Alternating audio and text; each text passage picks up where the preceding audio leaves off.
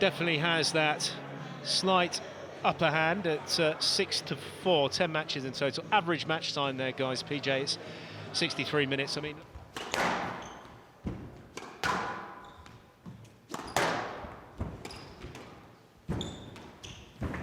oh my word! Outrageous. How short was that? But look how long his stride is as he comes into this ball and the balance. I mean, he doesn't look like he's anywhere near it. And all of a sudden, this long leg comes out and just dinks it into the front left corner, cross-court lob that you spoke about, Joey, and then the backhand counter drop. So it's again, it's in Momen's hands. Yeah, it is.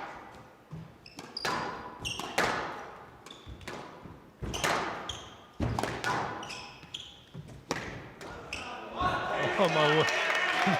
Not much room for error there. I think that whisper across the top of the tin. It's the second one of those he's played. Oh, he's changed direction so quickly there, Moment.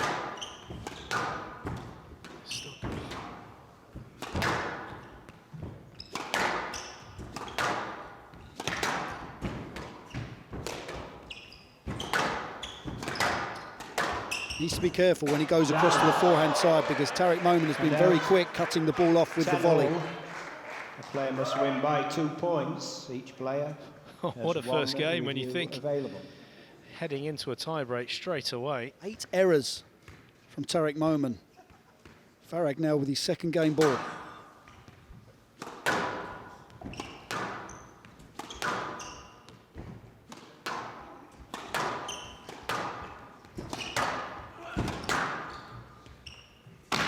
Oh, he squeezed the error. Absolutely whiffed it out of court. 9 errors. Unbelievable. One game to the stat says it all. Ali Farag can't believe it. I mean, honestly, 9 free points. Gifts. Not even forced errors.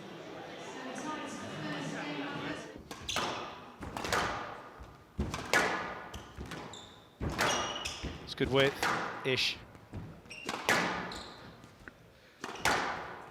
That's better width.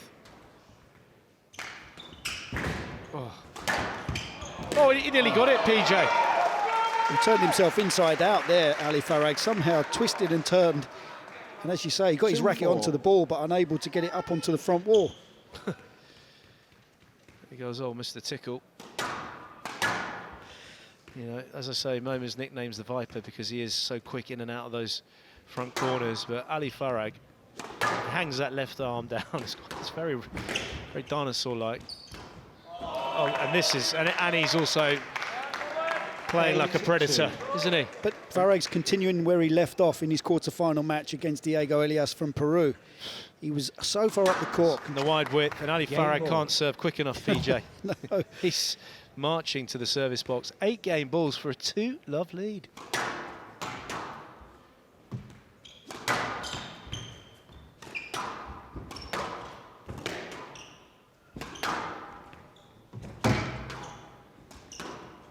No. Ridiculous. 11-2, game Absolute masterclass from Farag. Complete and utter chop suey.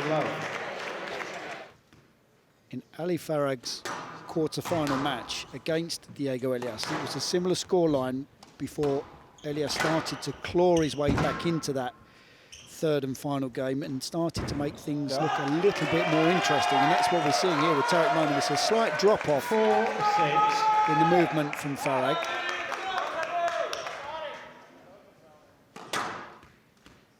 He looks absolutely battered. Tarek Momen looks very heavy in the eyes, quite pale. Maybe he needs a makeover. That's big. That was a big rally from Farag. The damage was done with the length, forcing the slightly loose return from Momen in that back left-hand corner, but the backhand volley drop, it served him so well so far this evening.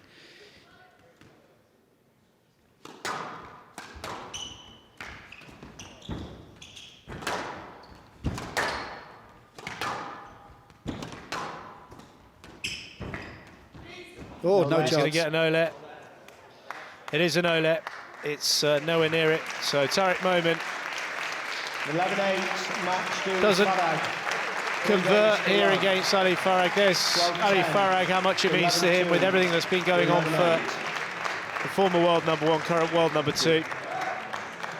And what an aggressive display. He capitalised there on the error count of Momen in the first. PJ, he's starting to look hungry again, isn't he, Farag?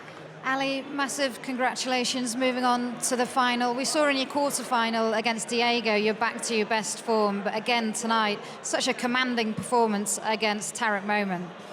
Yeah, I don't know what to say. I keep surprising myself day after day. I came here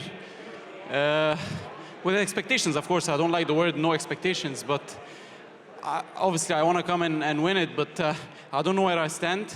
The Nationals was a good test, but then I'm really looking forward to competing with those guys again and performing at my best.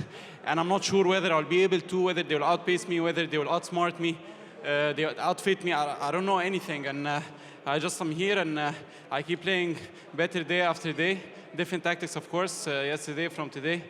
And I've always got Noor giving me the best tips, you know, in between games. The first one, I think, was a bit of a weird game, you know. The ball is quite not bouncy, I don't know what the word is. And you got to adapt. And I don't think neither Tarek or I did well at the beginning. And then Noor gave me a couple of tips in between, and they just served me well up until the middle of the third. And then I saw the finish line again way too soon. You know, and Tarek is so good at this. I saw him loosening up a little, not minding the result.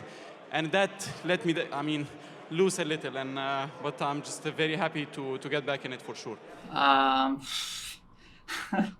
don't know. It's one of those days where he had everything working super well, and I don't know.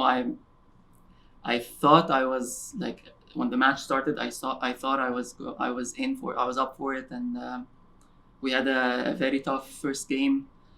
I made a couple of errors at crucial points towards the end, which gave it away, and he won it in a tie break. But then in the second game, the ball suddenly died, and he attacked from the first serve. He started attacking to the front very quickly, and by the time I picked up what he was doing, there was like a 5 or 6 point gap. I don't know. I think I was rattled, to be honest. I still need to process what happened, because I'm not sure if I let myself down mentally today. I'm sure I wasn't at my best, but I wanna think about what happened and see how this match ended up being a 3-love win to him. And it's relatively tight. Average match time, doesn't matter who's playing pool Coll, it's going to be lengthy.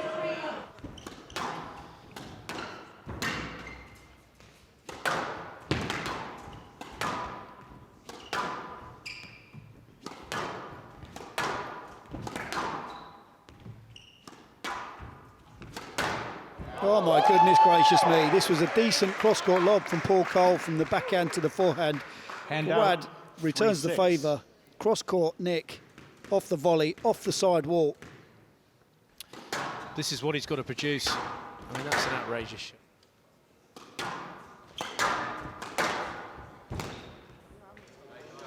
Well, it's a poor width, dealt with as it should. It's all about attention to detail. 5 game balls. Gawad looks quite warrior already. He looks half sleepy. He's been. 11-5. This is impressive from Paul Coll. Gawad shakes his head. This is not good for the baby-faced assassin, because he's not able to do anything. The quality in all 4 corners is just too accurate. Well, Paul Coll managing to make a break really at the mid-stage of that first game, finishing strongly.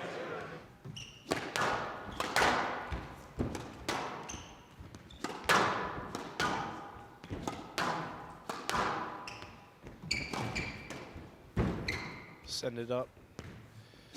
Wise choice, PJ. And there, follow-up.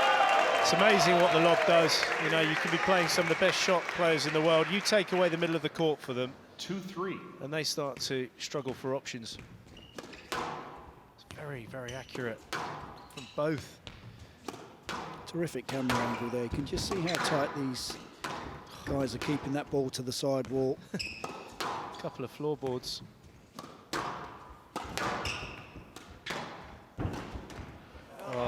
Slightly short on the volley there from Paul Coll, but again clever from Gawad because he puts it into an area that makes it difficult for Coll to apply pressure.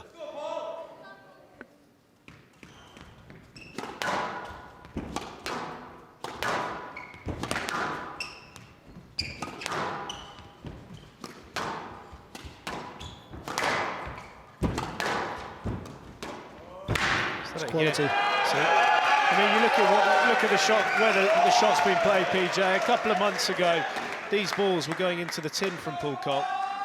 Puts the ball beyond the reach of Coll. 4 game balls to level this second men's semi-final up here.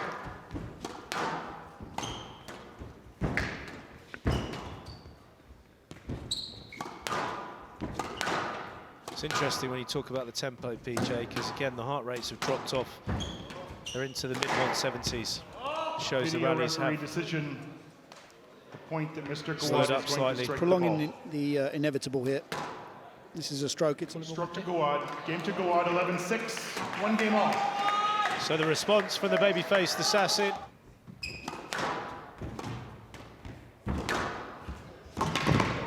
We wanted to dive. He's got it. He's boiling over this one.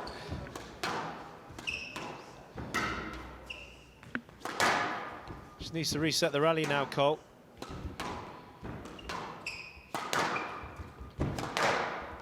It's a good length. It's heavy movements as well from Gawad. You saw the drop of the head as he went back into that deep right-hand corner. Probably be a bit of a roar from Coll if he's able to convert this rally. He's in trouble here.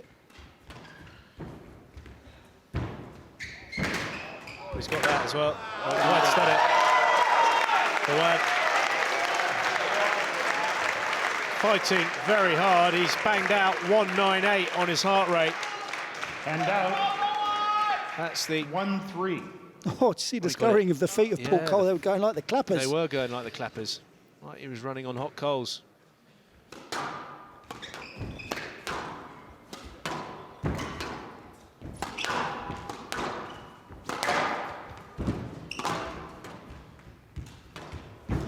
It's well read from Coll.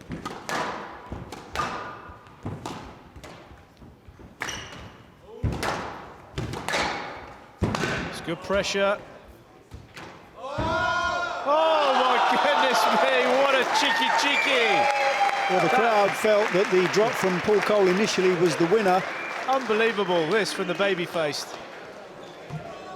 The sneaky assassin, look at that. Oh And my goodness me, the touch was outrageous. Look at the touch, PJ. How does he do this?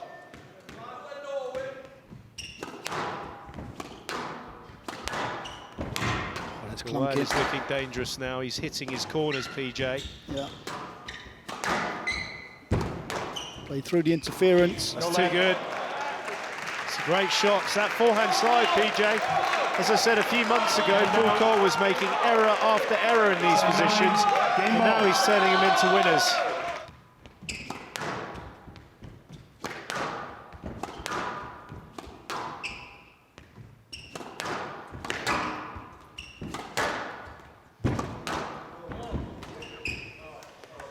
Stroke to Coll. Gawad throws his racket. Don't do that, Mr. Gawad. The ball came to the middle of the court and you're penalized for that shot. Massively important third game. Yeah. Just see it here, PJ.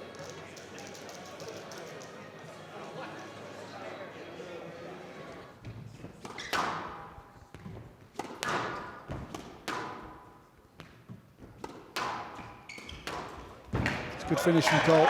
Yeah, Slightly loose made from that look Gawad. quite easy. It was very awkward. Yeah. And out. 4-2.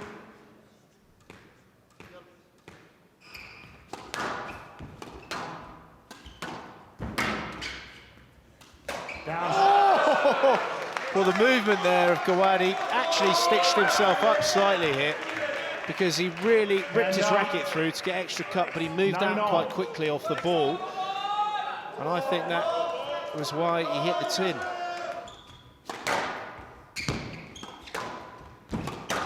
Coll. Oh, he's made the error, he's done it. The pressure too much. The pressure too much. for Gawad. Coll does it. 6-11, 11-9, 11-9. Fantastic squash between the two. He's done it again. He's turned over the world number 4, Karim Gawad. Terrific victory for him. Mark Heather had a full head of hair before this match.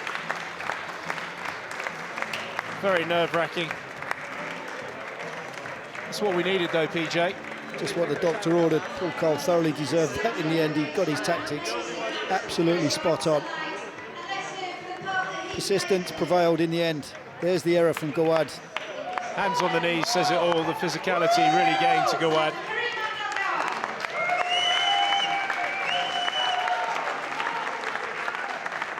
The relief from Coll. Paul, massive congratulations on a fantastic win, but also for a thoroughly absorbing match for all of us to watch. Are you sure how you're feeling yet about that win? Yes, it was quite draining, you know. It was very tense at the end there. You know, I thought I won it 3 times, but, you know, the ref disagreed, which was fine, but I just had to keep my head, which was mentally really draining. You know, just right at the end there, I really wanted to celebrate, but I just had to keep my emotions in check and finish the match off. And you know, that last rally was quite physical, and I was really enjoying that. So happy to finish on a good rally. You know, when you play a very long match like this, winning a game is very important. It's always a turning point. So it gives a confidence to the player who won the game. So third game was just a turning point in the match, and I think there was too many referees' mistakes that changed the games, and that gave him too many points. I like to play squash. I like things to go normal. I don't like, you know, when there's too many mistakes like this, either in purpose or like without, not on purpose, but just mistakes like this. It's just limit your game and limit the way you play, and doesn't give you enough winners that you're supposed to win. Sometimes when you win a shot, just they turn it around and give the other player the point. So I just don't like the way it went today with the refereeing. I'm not talking about squash. Paul played much better. He deserves to win today. I just don't like how the things went today in refereeing.